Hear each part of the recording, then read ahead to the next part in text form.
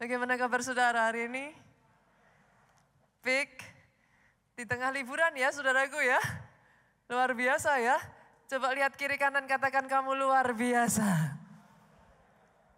Tetap menyempatkan beribadah di tengah liburan saudaraku. Hari ini saudara saya akan menyampaikan satu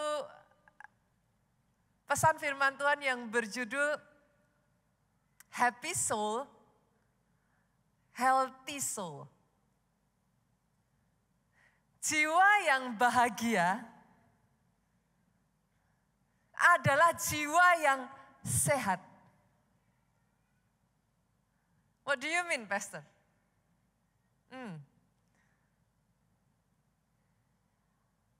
Kalau kita mau punya jiwa yang sehat, Pak, ternyata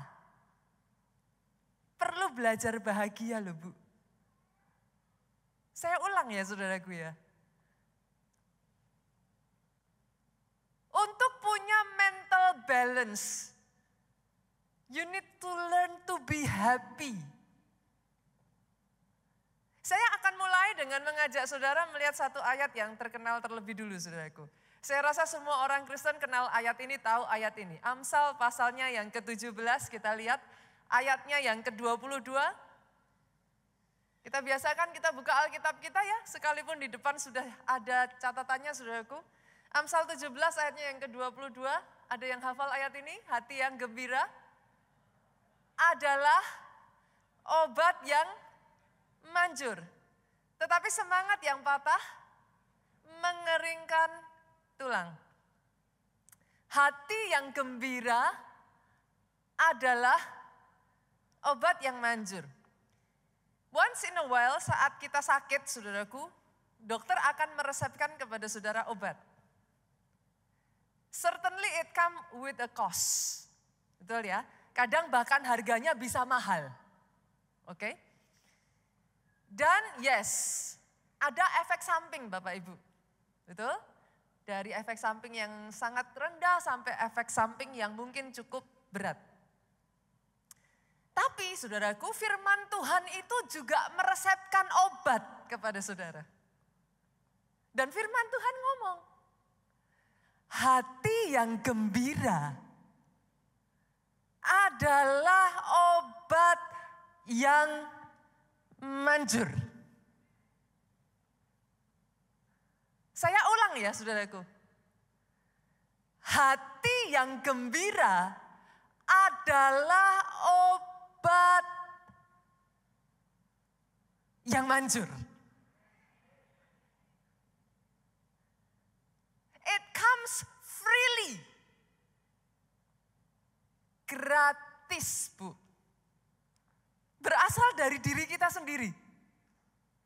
Tidak ada efek samping whatsoever yang negatif. Bahkan plus ada efek samping positif. Buat saya pribadi ya saudaraku, this is, how to say it ya. Ini adalah sebuah kebenaran yang sederhana.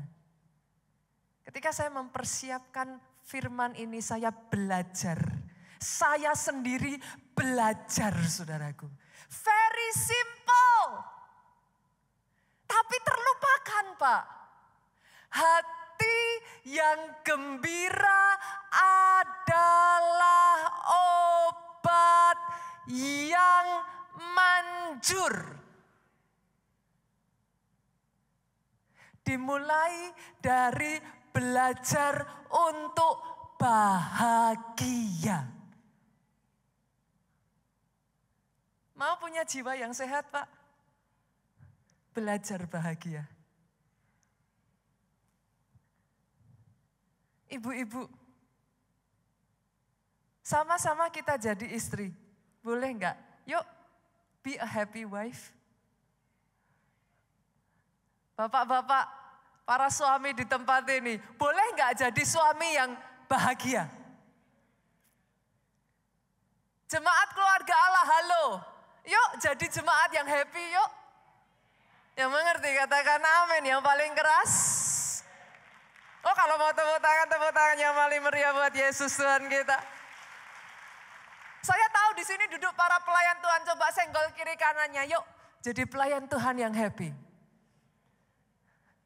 Pelayan Tuhan yang happy, jemaat Tuhan yang happy, akan menciptakan gereja yang happy. Yang mengerti katakan amin. Istri yang happy, suami yang happy, anak yang happy, akan menciptakan keluarga yang happy. Dan tahukah saudara, happiness menular. Bahkan saat saya mengatakan seperti ini aja, saudara happy. Happiness menular. Yang mengerti, katakan amin sekali lagi. Yang paling keras, tepuk tangannya boleh yang paling meriah. Buat Tuhan kita. It start with happiness. Hati yang bahagia. Itu pembukaan yang sederhana loh saudaraku. Very simple. Tapi kadangkala kita tidak sungguh-sungguh merenungkan ini. Hati yang gembira adalah obat yang manjur. Sebagian dari saudara melihat saya, pastor, tidak semudah itu. Pastor enak ngomongnya. Pastor nggak ngerti apa yang saya alami. Gimana mau happy kalau masalahnya banyak? Gimana mau happy pastor kalau badan aja nggak mendukung? Betul? Gimana kalau mau happy di rumah dengar ocehan istri dari terbit matahari sampai masuknya? How can I be happy? Pertanyaan yang bagus Bapak Ibu. How can I be happy? Sebagian dari saudara akan suggest kepada saya, pastor healing. Ini liburan. Saya melihat beberapa teman-teman dari Jogja hadir di sini. Halo Jogja, boleh lambaikan tangan saudara. Ini SG kita ada di sini loh saudaraku. Kita kasih tepuk tangan. Welcome to Jakarta. Berikan sambutan terbaik dari keluarga Allah Jakarta buat teman-teman kita yang berasal dari luar kota. Dari Semarang, saya melihat beberapa wajah-wajah saudaraku. Wow, welcome to Jakarta. Selamat berlibur. Katanya liburan bisa bikin happy. Langsung, I agree. Saya setuju. Liburan bikin happy. Tapi boleh saya tanya saudaraku, di tengah liburan bisa nggak happy?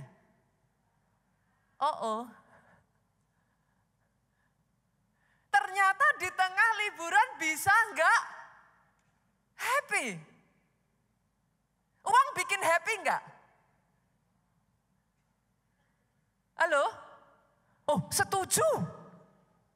Lu siapa yang nggak setuju? Ibu-ibu shopping bikin happy nggak? Happy. Saya pendeta nggak munafik.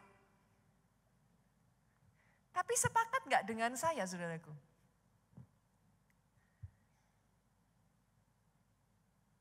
Liburan bisa bikin happy. Uang bikin happy, Bu. Shopping bikin happy. Tapi limited. Padahal firman Tuhan itu ngomong, bersukacitalah senantiasa di dalam Tuhan. Sekali lagi kukatakan bersukacitalah. Sepakat dong kita yang mengerti bahasa Indonesia ini kalimat perintah. Yang sepakat katakan amin. Ini bukan tanda tanya kan saudaraku, bukan kalimat tanya kan, certainly ya. Bersukacitalah adalah perintah. Kalau Alkitab bisa memerintahkan kepada kita bersukacitalah. Bisa memerintahkan kita loh saudaraku. Bersukacitalah. How can it be, bagaimana itu bisa diperintahkan kalau sukacita itu tergantung dari liburan? Artinya, kalau nggak ada liburan, nggak sukacita dong. Halo? Bagaimana bisa diperintahkan bersukacita kalau ya oke lah uang bikin kita happy. Pertanyaannya kalau happiness itu dari uang, lah kalau pas nggak ada uang. Halo? Alkitab bahkan memerintahkan dengan lebih ngeri lagi saudaraku. Di sana dikatakan bersukacitalah senantiasa. Berarti bisa pastor, bersukacita senantiasa. What do you think? Enggak bisa Bu, lah kalau enggak ada uang, enggak jadi liburan.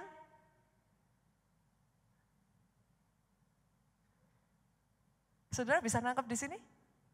Berarti saudaraku, uang, liburan, dan semuanya, yes, itu bisa membawa sukacita, tapi terbatas.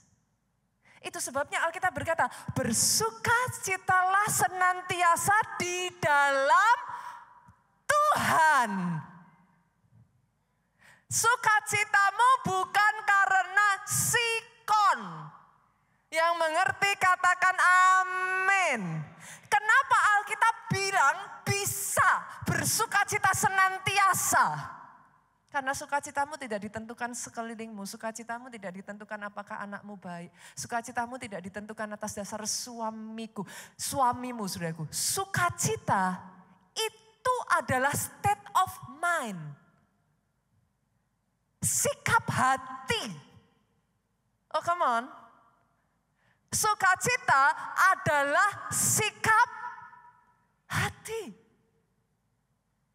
Itu sebabnya Alkitab berkata, bersukacitalah. Saudara bisa memerintahkan diri saudara sendiri, ayo bersukacita now. Karena sukacita bukan karena sikon. Sikon boleh bikin saudara enggak sukacita.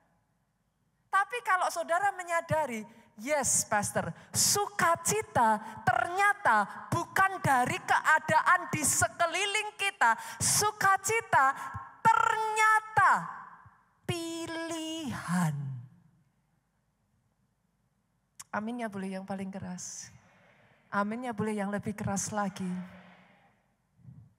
Karena dalam hidup ini ya saudaraku, it is a season of life. Akan ada gunung, saudara nanti berjalan akan mendaki gunung berikutnya lagi. Akan ada season di mana saudara itu naik gunung mengejar impian. Akan ada season di mana saudara ada di puncak gunung. Akan ada season saudara turun dari gunung. Kemudian saudara akan mengejar gunung berikutnya. Kalau saudara hanya bisa happy di atas puncak gunung, what a pity. Yang mengerti katakan amin. Sukacita bukan situasi, keadaan, suami, istri, anak. Sukacita adalah sikap hati, pilihanmu. Sejak dari hari ini saudaraku, ambil pilihan, ambil keputusan, dimulai. Yuk latih hatimu untuk bahagia. Enggak ada ya sekolah untuk mendidik hati bahagia, saudaraku. Padahal firman Tuhan berkata hati yang gembira adalah obat yang manjur. Itu akan membawa pemulihan buat jiwamu. Mendatangkan kesembuhan buat tubuhmu. Bahkan itu akan membuat kreativitasmu berkembang. In the end saudaraku, itu akan membuat berkat anugerah itu turun atas kehidupan saudara. Boleh saya dengar amin yang paling keras dari tempat ini? Amin lebih keras lagi. Jadi atas hidupmu. Dan saya belajar di dalam perjalanan kehidupan saya saudaraku. resep utama hidup bahagia itu belajar untuk mencukupkan diri. Learn to be content. Belajar untuk mencukupkan diri, saudaraku. Kita buka yuk ayatnya di dalam Filipi pasalnya yang keempat, ayatnya yang ke-11 sampai yang ke-12. Amazingnya saudara, orang yang sama yang mengatakan bersukacitalah senantiasa di dalam Tuhan. Sekali lagi kukatakan bersukacitalah adalah orang yang sama yang menulis ayat ini saudaraku. Filipi 4 ayat yang ke-11 sampai ayat yang ke-12 mengatakan demikian. Kukatakan ini, kata Paulus, bukan karena kekurangan. Kalau Paulus ngomong ini bukan karena kondisi Paulus pada saat itu sedang kekurangan. Sebab, kata Paulus, aku telah belajar mencukupkan diri dalam segala keadaan. Dalam bahasa Inggrisnya dikatakan in any and every circumstance. Dalam setiap keadaan dan situasi, I have learned the secret of contentment. Aku belajar dalam segala hal ini mencukupkan diri. Aku tahu apa itu kekurangan. Buat Paulus ternyata dia tahu, aku tahu apa itu kelimpahan. Dalam segala hal, dalam segala perkara, kata Rasul Paulus saudaraku, tidak ada sesuatu yang merupakan rahasia bagiku. Paulus sudah pernah ngalami kenyang, baik dalam hal kenyang maupun dalam hal kelaparan, dia pernah sampai kelaparan. Baik dalam hal kelimpahan, dia pernah berkelimpahan begitu rupa, tidak kurang satu apapun saudaraku. Maupun dalam hal kekurangan. Saudara mau bahagia? Belajar merasa cukup. Satu kali saudaraku, ini contoh yang kontras. Saya pergi sama dua anak saya. Anak saya yang paling besar dan anak saya yang paling kecil. Anak saya yang paling kecil, seperti mamahnya saudaraku, suka shopping. Saudara. Setiap kali saya ajak dia pergi saudaraku, tempat stopnya banyak Pak. Dia akan minta berhenti di sini, mami beliin ini. Oke, kita beli. Jalan lagi saudaraku, ding ding ding ding ding. Mami beliin ini. Oke. Sampai satu kali dia pergi ke satu toko, anak saya ini suka Squishmallow. Saudara tahu Squishmallow enggak saudaraku? Ibu-ibu yang punya anak kecil tahu Squishmallow. Itu boneka ya saudara, kalau dipegang, rasanya pengen ditonjok saudaraku. Dia tuh kalau dipegang tuh kan, gitu saudara. Singkat cerita, anak saya ini ngumpulin Squishmallow. Dia belilah Squishmallow, dia koleksi saudaraku. Dia beli, di rumah itu udah punya banyak saudara. Jalan-jalan dengan tangannya tuh masih pegang satu plastik belanjaan. Dia bilang sama saya, mami. Lah masalahnya keluarlah seri baru Squishmallow saudaraku. Saya bilang, non di rumah itu udah banyak. Iya, tapi yang ini Jen belum punya. Ya tahu. Tapi kan banyak, tapi yang ini belum punya.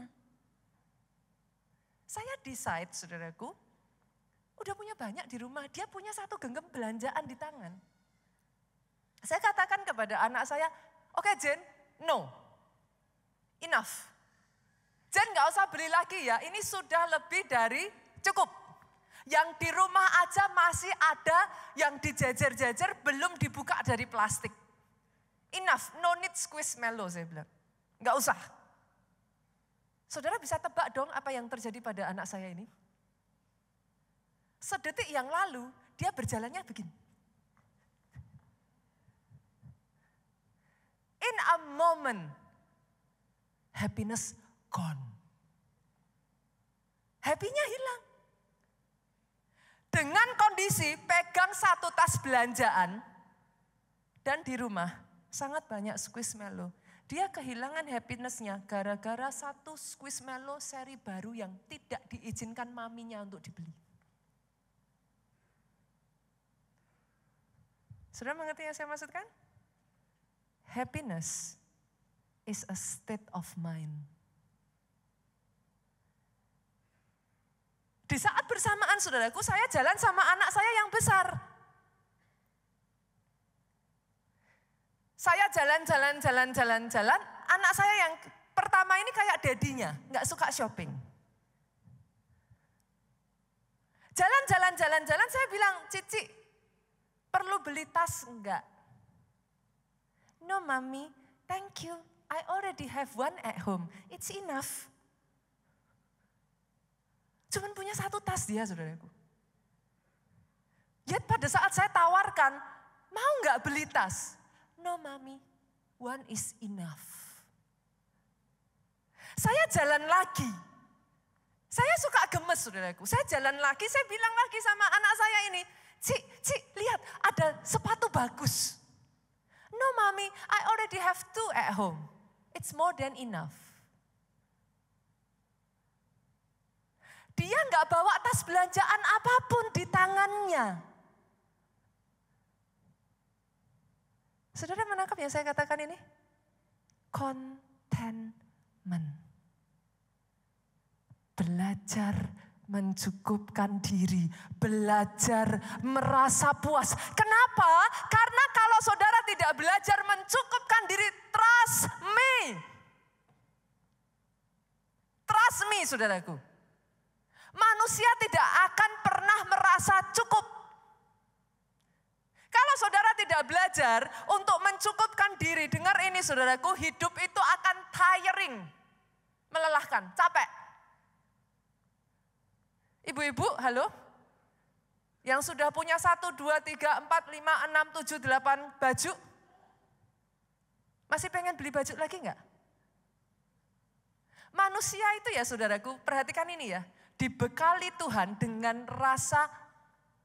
dengan satu keinginan always want more. Dan itu enggak salah loh. Oh yes, itu enggak salah. Nanti saya akan jelaskan kepada saudara. Tuhan memberikan buat saudara keinginan untuk always want more. Punya 10 baju, 20 baju, masih mau punya baju lagi. Sampai lemarinya enggak cukup. Yang mengerti katakan amin. Saudara kira dengan punya 20 baju, lebih banyak baju, sudah enggak mau punya baju lagi, justru lebih pengen punya banyak.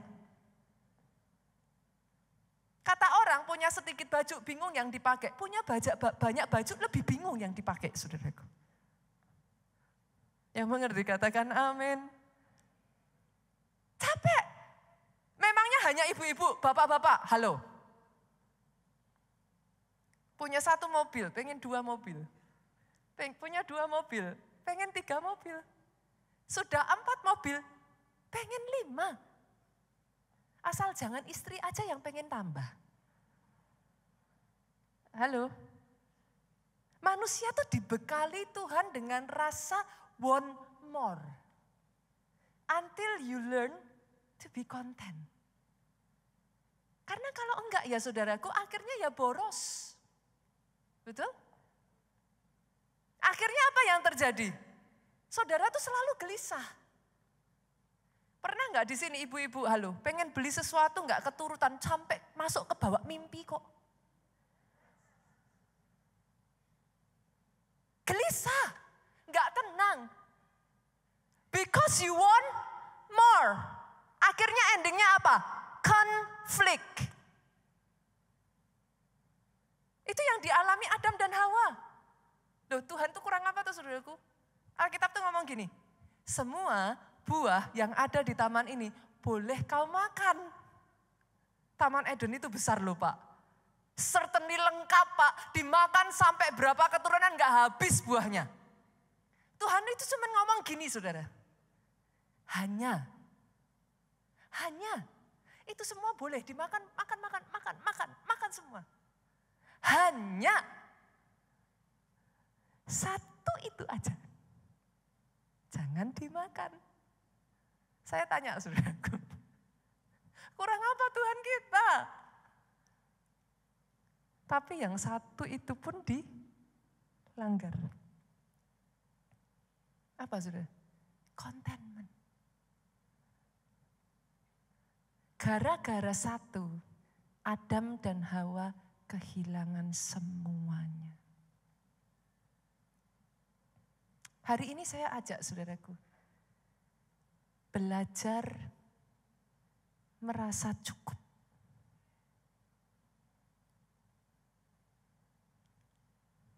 Kenapa? Karena kalau tidak, yang pertama, trust me saudaraku. Saudara akan terus membandingkan diri dengan orang lain.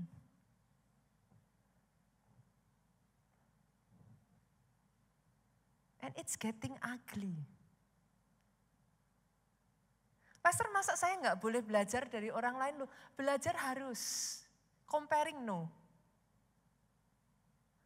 Belajar harus. Boleh. Comparing, Apalagi kita hidup di era sosial media, halo? Semua orang buka etalase terbaik. Semakin saudara lihat sosial media, semakin saudara merasa, kok gitu? Saya tanya Bapak Ibu, kecuali yang emang punya seni yang agak, orang Jawa bilang nyeleneh gitu saudara. Tapi boleh nggak saya tanya, kira-kira yang dimasukkan ke sosial media itu yang bagus-bagus apa yang jelek-jelek?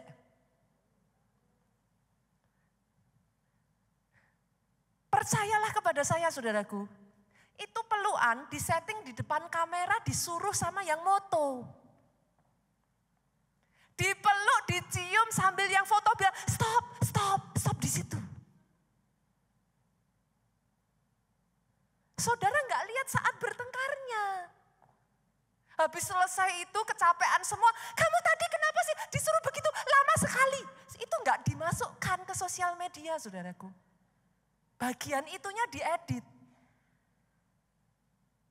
Yang mengerti katakan amin. Semua yang ada di sosial media, saudara berfoto di depan Lamborghini, klik, belum tentu mobilnya.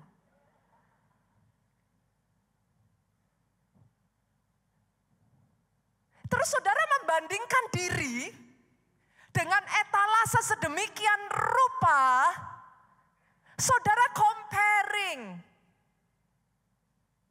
And by the way saudaraku, itu bukan hanya terjadi kepada saudara.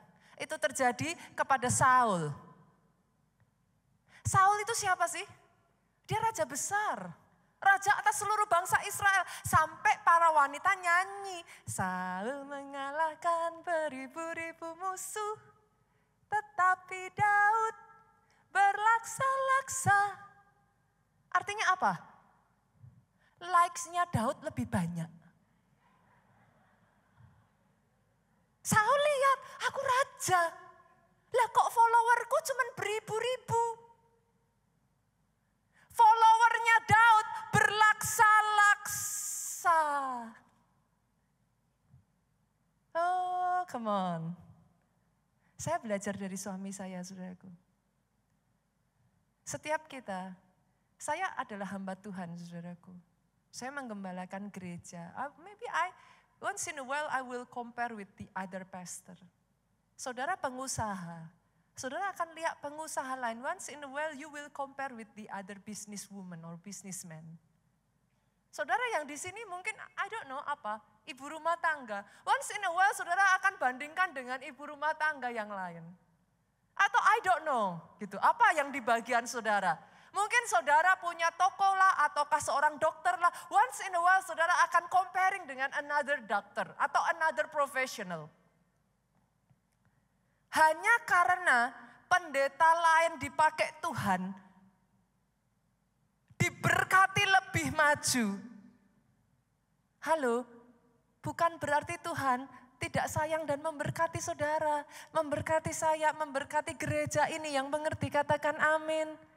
Hanya karena satu pengusaha usaha lebih viral, tidak berarti anugerah Tuhan atas hidupmu hilang. Setiap kita punya pertandingan kita masing-masing, Pak. Setiap orang punya porsi dan berkatnya masing-masing. Belajar harus comparing no. Kenapa? Karena kalau enggak hati-hati, munculnya akhirnya iri. Saul jadi ngejar Daud, bunuh Daud gara-gara apa? Iri. Saudara mungkin tidak melempar tombak kepada Daud. Pastor saya enggak sengeri itulah, pastor saya enggak lempar tombak ke musuh saya. Ya tapi tombak mulut itu kadang lebih tajam loh saudaraku daripada tombak sungguhan. Halo? Dengan perkataanmu saudara membunuh orang lain loh. Kenapa? Iri. Kalau enggak iri, yang ada self pity. Kenapa pastor? Yang itu kok lebih ini? Saya enggak punya masa depan. Kenapa? Comparing.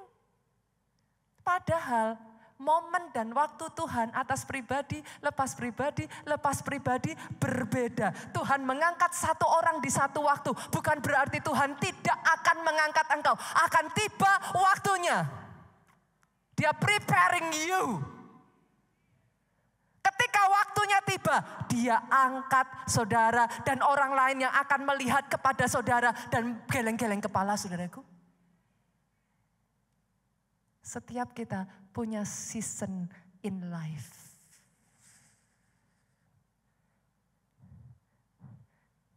Jangan compare dengan orang lain ya Pak. Boleh ya? Capek. Hidup gak ada habisnya. Learn to be content. Pertanyaannya sekarang, Pastor, bagaimana saya bisa belajar untuk mencukupkan diri saya? Bagaimana saya learn to be content? Kalau keadaannya tidak ada yang bisa saya puas. Belajar dari satu orang yang namanya Musa, saudaraku. Masih ingat kisah ketika Musa membunuh orang Mesir? Apa yang terjadi? Musa diusir, saudaraku. Musa lari, saudaraku. Kita lihat ya, kita baca aja. Keluaran yuk. Pasalnya yang kedua, kita lihat yuk. Ayatnya yang ke-15. Apa yang terjadi pada Musa waktu itu? Keluaran 2 ayat yang ke-15. Ketika Firaun mendengar tentang perkara itu, dicarinya ikhtiar. Artinya dicari cara. Saudara harus ingat loh saudaraku. Musa ini bukan anak kandung. Firaun mencari cara how to kill him. Tetapi Musa melarikan diri dari hadapan Firaun, tiba di tanah Midian. Ia duduk-duduk di tepi sebuah sumur. Singkat cerita saudaraku, pada saat Musa duduk-duduk di tepi sumur ini, bertemulah dia dengan 7 anak Rehuel. Saudara nanti baca ceritanya, saudara lihat. Setelah dia ketemu dengan 7 anak Rehuel, Musa ini membantu anak-anak Rehuel. Apa yang terjadi? Ayat 20 yuk, kita baca sampai ayat 22. Ia berkata kepada anak-anaknya, Rehuel ngomong sama anak-anaknya, di manakah ia? Karena anak-anaknya cerita. Ada satu orang bernama Musa membantu mereka. Rehuel ngomong, di mana dia sekarang? Mengapa kamu tinggalkan orang itu? Panggillah dia makan. Rehuel panggil Musa, ajak Musa ayo makan. Lihat ini saudaraku, ada satu ayat ini yang sering terlupakan. 21 mencatat begini, Musa bersedia tinggal di rumah itu. Dalam bahasa Inggrisnya dikatakan begini, and Moses was content to dwell with the man. Musa konten Pak. Musa puas. Musa menerima keadaannya. Saya tanya, apakah itu karena rumahnya Rehuel lebih bagus saudaraku? Come on, jangan lupa loh Pak, siapa Musa? He is the prince of Egypt. Dia pangeran Mesir, Pak. He has everything, Bu. Rumah Reuel, nothing compare dengan tempat tinggalnya Musa. Tapi Alkitab mencatat, Moses was content. In every season, seperti yang saya katakan tadi, saudaraku, kita dibawa Tuhan itu masuk setiap season itu berbeda. Akan ada season di mana saudara mendaki bukit itu dan terasa berat. Akan ada season saudara ada di atas puncak itu and you celebrate. Akan ada season di mana kau menuruni gunung itu untuk mendaki gunung berikutnya. In every season kehidupan Musa saat itu, dia konten. Dan tahukah saudara ada kabar baik dari orang yang bisa merasa cukup?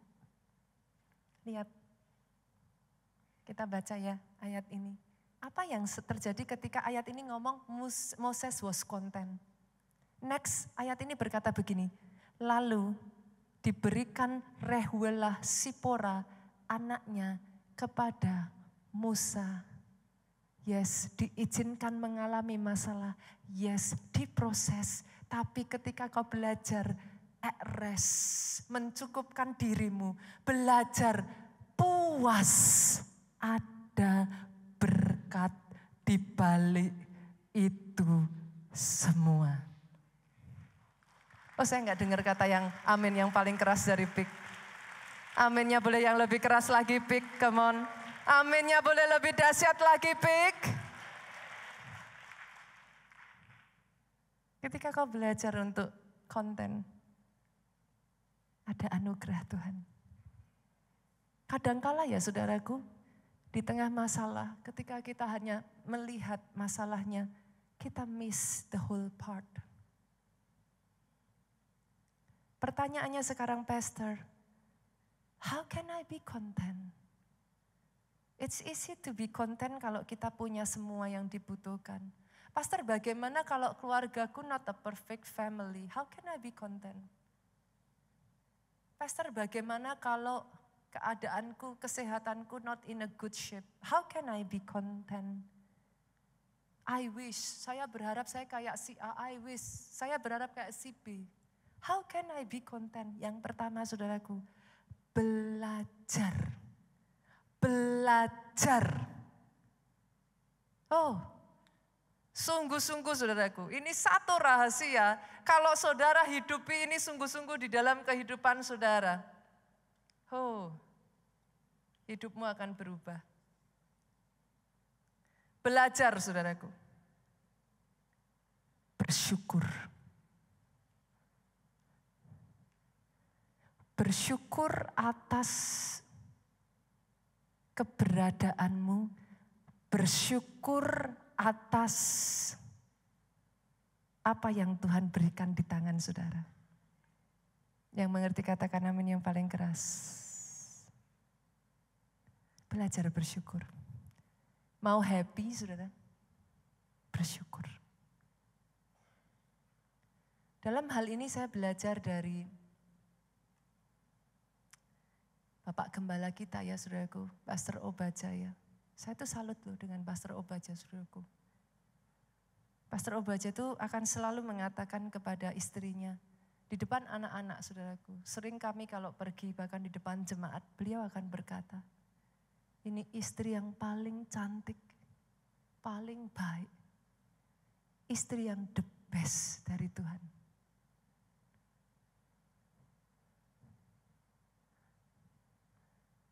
Konten, bersyukur. Bersyukur yang pertama saudaraku atas hal-hal yang tidak bisa saudara ubah dalam hidup saudara. Saudara nggak bisa milih dilahirkan dari orang tua seperti apa kan? Saudara nggak bisa memilih punya saudara kayak apa kan? Bersyukur. Saudara nggak bisa memilih punya anak kayak apa kan? Bersyukur. Saudara dilahirkan sebagai seorang wanita, sebagai seorang pria. bersyukur.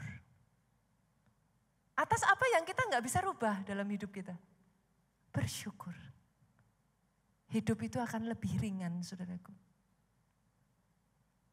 Yang kedua, bersyukur atas apa yang ada di tangan kita.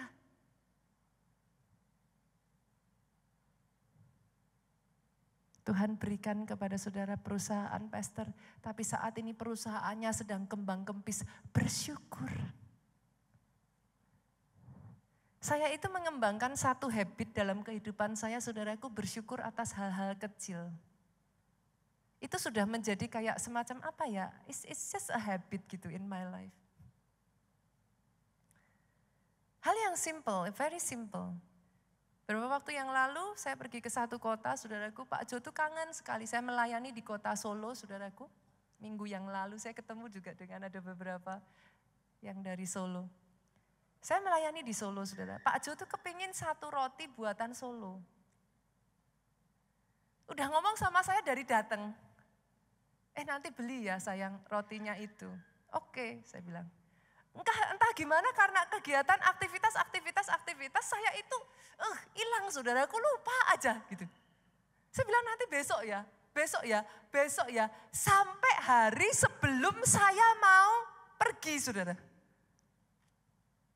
Hari sebelum saya mau pergi, Pak Jo tanya, kamu sudah beli rotinya belum? Saya tuh gini loh, saudaraku, itu posisi udah di jam 7.30 malam. Saya, aduh kau. Saya langsung calling tokonya, saudaraku. Kota Solo itu yang saya sukai, semua orang kenal semua orang, saudaraku. Kita tuh kayak keluarga one big happy family in a city gitu, saudara. Saya calling tokonya, saudara. Aduh, punya enggak roti ini? Masih tutup enggak? Mbaknya bilang seperti ini ke saya, Ibu, 30 menit lagi aja. Besok kami sudah libur. Ibu, saya tuh bersyukur, saudaraku, dari list yang saya pesan, semua ada. Saya itu tarik nafas, saya bilang, sayang Tuhan Yesus baik. Bu Nita, sampai saudara mau tepuk tangan aja bingung toh. Apanya yang ditepuk tanganin, Bu Nita? Itu terlalu kecil, hanya soal roti. Bisakah saudara bersyukur hanya soal roti? Ataukah kebanyakan dari saudara akan berkata, kebetulan. Masih ingat khotbah yang lalu? When the hand of grace is moving, tidak ada kebetulan.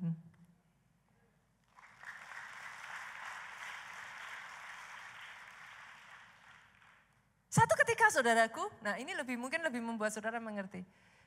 Kita sedang ada di jalan tol, kondisi hujan deras, Pak. Anak saya yang kecil itu kepingin buang air kecil, saudaraku, kepingin pipis. Udah kebelet banget, Mami I wanna pee, Mami I wanna pee. Gitu. Pas kita itu naik, saudara tahu ya kalau dari Jakarta itu tol MBZ. Tahu kan? Itu tolnya tuh panjang, saudara. Dan kiri kanan itu sama sekali tidak ada rest area karena dia di atas tolnya. Sepanjang tol MBZ, sebelum tol MBZ itu sudah I wanna pee. Kalau udah gede kita bisa tahan, anak masih kecil, saudara. I wanna pee. Hujan deras. Saya tuh cuma ngomong di dalam hati saya, terima kasih Tuhan. Tuhan sediakan yang terbaik. Tahukah saudara, turun dari tol MBZ, saudaraku. Gak ada rest area, masih jauh. Tapi anak saya sudah, I wanna pee. Hujan deras, saudara. Satu titik, saya memutuskan, saya ngomong sama suami saya, stop. Kita berhenti, mau nggak mau, suka nggak ada rest area, pipis di pinggir jalan, nggak diajarkan ya, saudaraku. Oke, poin saya apa di sini? Saya ingin menunjukkan kepada saudara. Saudara memilih melihat bahwa tidak ada rest areanya, keadaan anak saya yang sudah mau pipis dan kondisinya tidak memungkinkan dan itu akan membuat saudara bersungut-sungut. Sebagai seorang ibu, saudara akan ngomong, gimana sih dari tadi kan sudah disuruh pipis, kenapa dari tadi gak pipis? Waktu ada rest area sebelumnya ditawarin turun, kenapa gak mau turun? Saudara mengerti yang saya maksudkan? Does it ring a bell to you? Tapi saat itu saudaraku, pada saat saya keluar dari mobil, tek, hujan berhenti.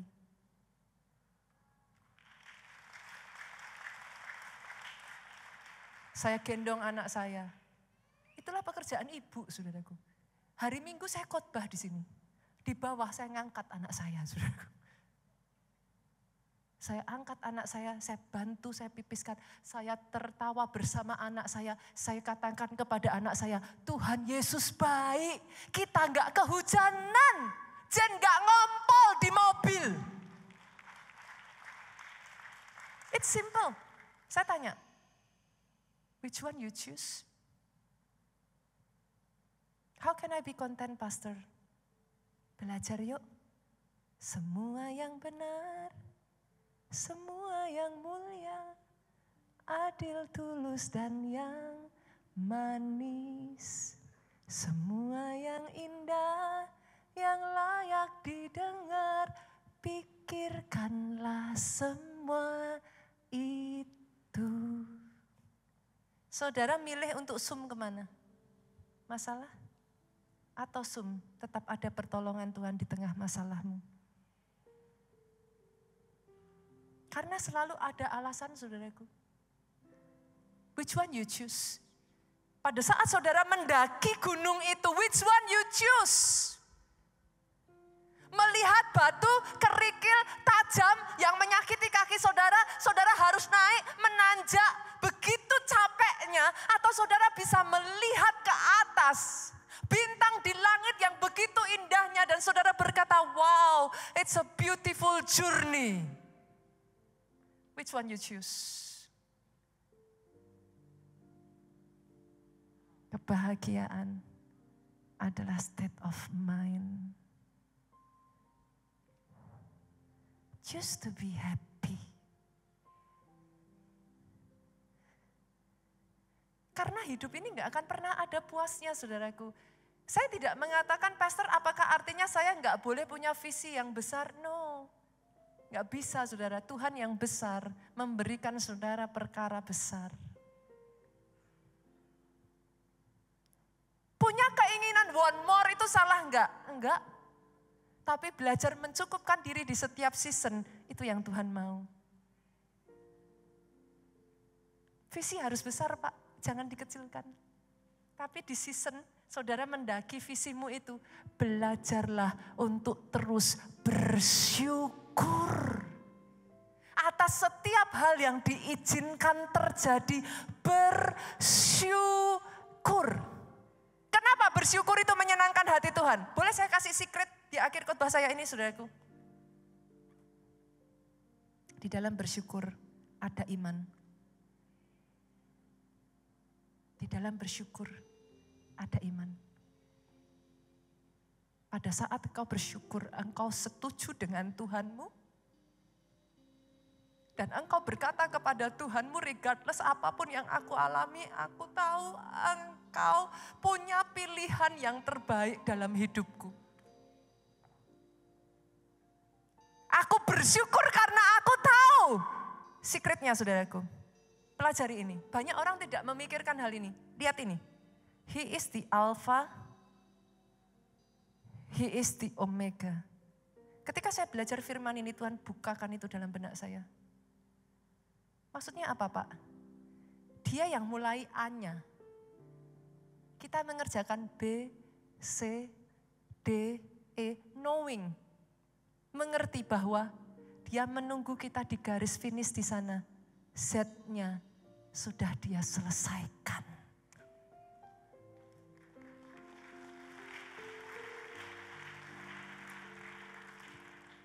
Kenapa Tuhan senang ketika anaknya bersyukur? Karena kita tidak bisa berkenan kepada Allah tanpa iman. When you give thanks to Him, engkau berkata, aku Aku tidak bisa melihat ke depan Tuhan. Tapi aku tahu, if you are the Alpha, you will be waiting for me back there. Aku tidak tahu akhirnya akan seperti apa.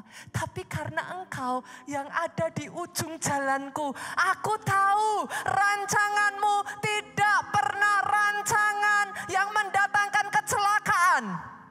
Rancangan yang mendatangkan hari depan yang penuh dengan harapan. Jadi atas pribadi, lepas pribadi di tempat ini.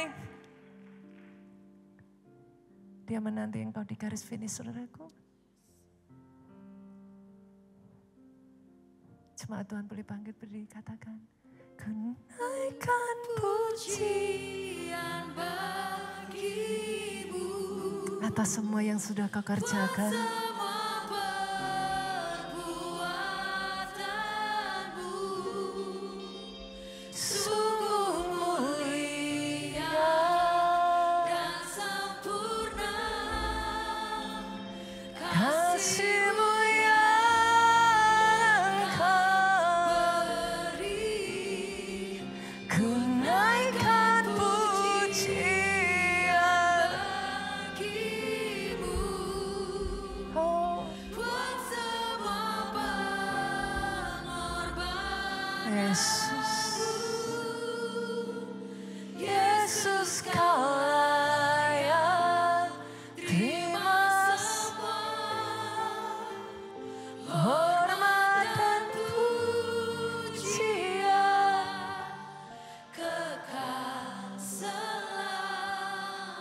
Biar musik pujikan lagu ini. Saudaraku, now the choice is yours. Kau akan sama-sama, kau akan melalui bukit, kau akan melalui lembah, kau akan melalui gunung, kau akan melalui lembah lagi. It will happen in your life.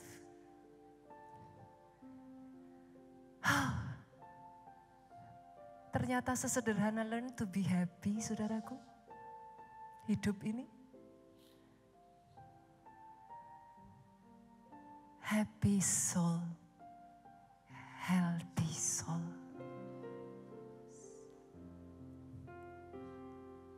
Yuk, berlari sekuat tenaga dengan satu kesadaran. Pertandinganmu itu pun Dia yang memulai loh. He is the Alpha. He is waiting for you back there. Bahkan di saat engkau berpikir engkau tidak bisa menyelesaikan pertandinganmu, saudaraku, yuk have faith. Come on. Bukankah hidup ini adalah pertandingan iman? Itu sebabnya orang benar gak bisa hidup tanpa iman. How can? Gak bisa. Kenapa saudara ke gereja? Imanmu dibangun. Kenapa saudara kelompok sel? Hanya asal happy-happy saja? No, di sana saudara dibangun akarnya. Kenapa? Kenapa perlu kita lakukan semua itu, Pastor? Oh yes. Kenapa enggak ibadah online aja? Kenapa kalau bisa harus onsite? Justru di sini loh saudara, gesekannya itu loh Pak. Senggol kiri kanan itu yang aduhai saudaraku. Saudara mau lari? Saudara mau tinggalkan pelayanan? Justru di dalam semuanya itu Dia mempersiapkan platform untuk saudara. Tiba pada waktunya Dia menanti engkau di garis akhir. Cheering you up. Selama perjalananmu, pertandinganmu, He is cheering you up. Alkitab berkata, Yesus di atas sana bersyafaat untuk engkau. He is cheering you up. Siapa kita mau menyerah? Dia mengakhirinya Pak dan Dia berkata, it is finished. Boleh saudaraku hari ini terlepas dengan apapun yang kau sedang alami.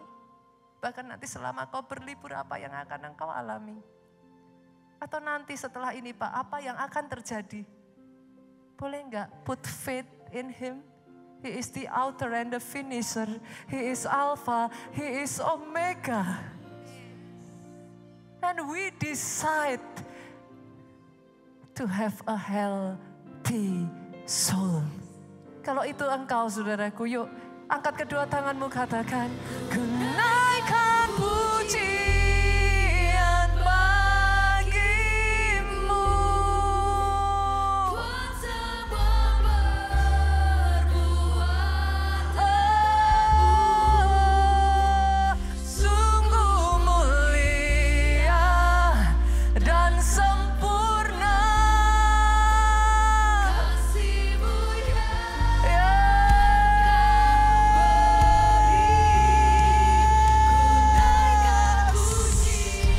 Engkau lihat Tuhan, di dalam pujian menyukakan Engkau, di dalam ucapan syukur menyukakan Engkau, di dalam ketaatan menyukakan Engkau. Why?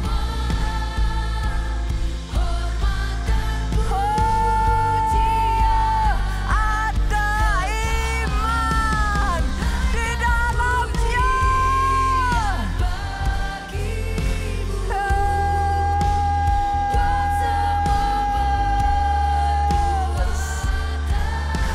Oh yes Lord, sempurna kasih-Mu dalam kehidupan kami. Kami tidak kekurangan apa yang baik. Kami tidak kekurangan apapun di dalam kehidupan kami.